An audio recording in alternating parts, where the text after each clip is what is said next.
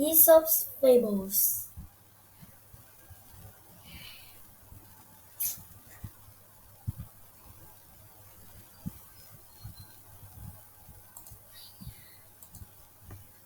The Fox and the Stork. The fox invited his friend the stork over to eat soup. When the stork arrived, the fox poured the soup into a flash dish. The stork was hungry, but all she could do was dip the tip of her long beak into the dish.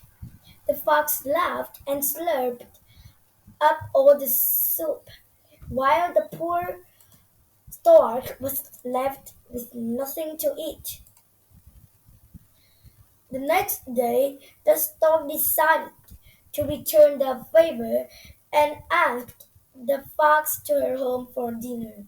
The stork placed some tasty meat in a jar with a long neck and set it on the table.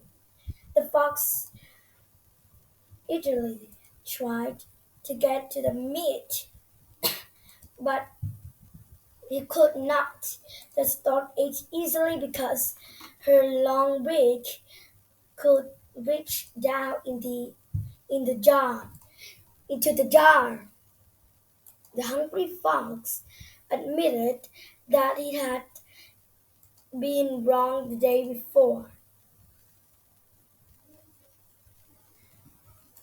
More. If you do mean things to others, they mean to mean they might do mean things to you in return. The fox and the crow. The hungry fox saw the crow fly to his favorite branch in a tree. In its beak, she crow had a tasty piece of cheese. The crafty fox had a plan and trotted over to the tree to talk to the crow. "Oh, Master Crow, you truly are the most handsome bird I have ever seen," he said. This caught the crow's attention, and he looked down at the fox. "You fly so fast and so gracefully," the fox continued. "I bet you sing as beautifully as you fly." Now the crow loved to hear compliments, so he decided to sing for the fox.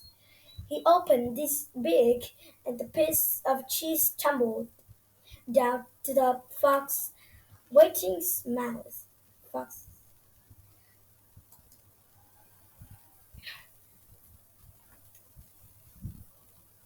When the fox was finishing eating, he smiled up at the crowd.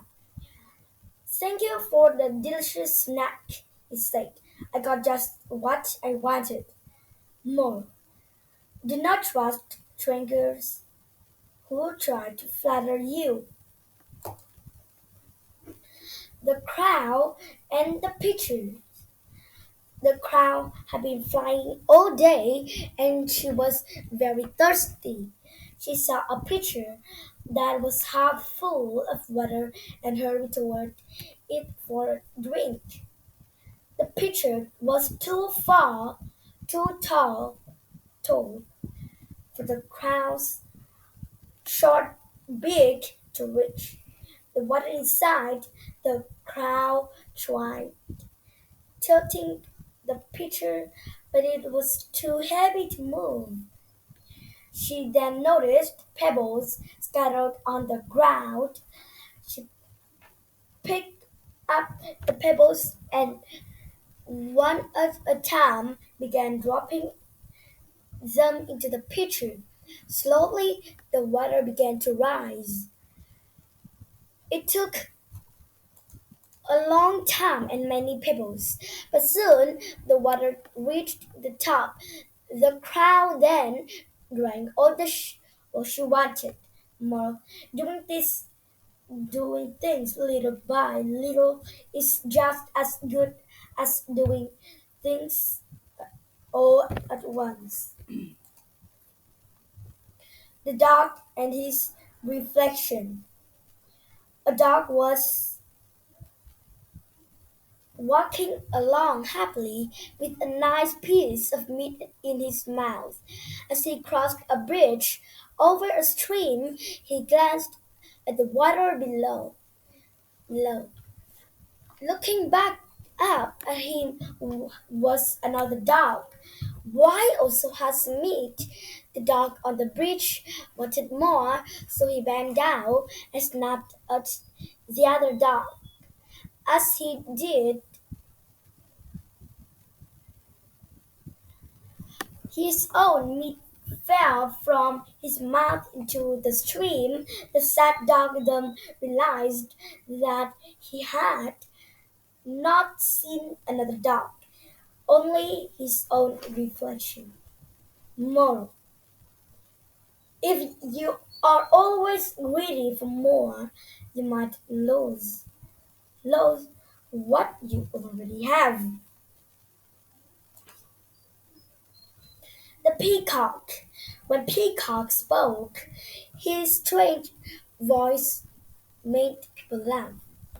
Peacock wanted to sing beautiful songs like the nightingale, nightingale. So he asked the goddess of animals for a nice voice. The goddess replied, "You are jealous of the nightingale, but you should not be. Your neck feathers shine in every color of the rainbow, and your tail looks like it is covered in gems." "Yes, but my voice sounds terrible," said Peacock. "No one is good at everything," scolded the goddess. "All living creatures have different gifts. The falcon is very fat and the eagle is very strong.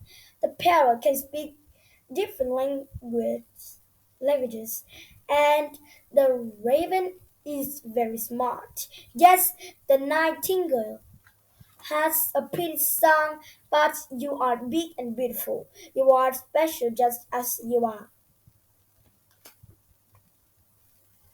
Mo. We all have different strengths. Treasure your own gifts and talents. The city mouse and the country mouse.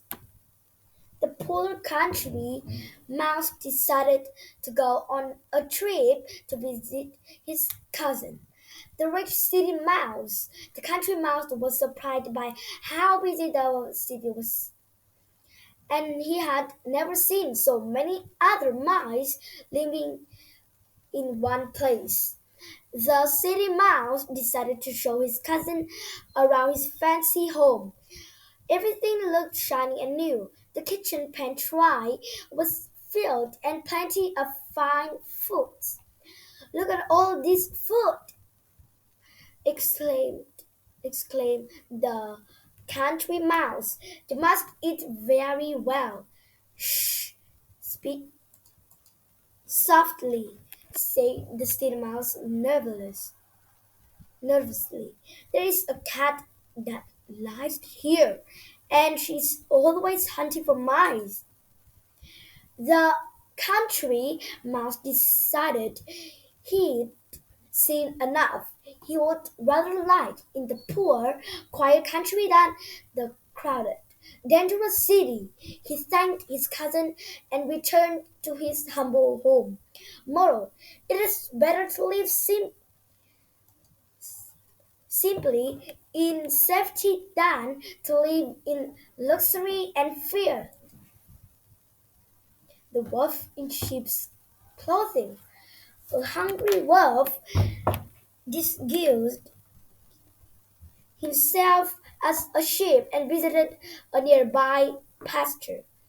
A flock of sheep were grazing peacefully.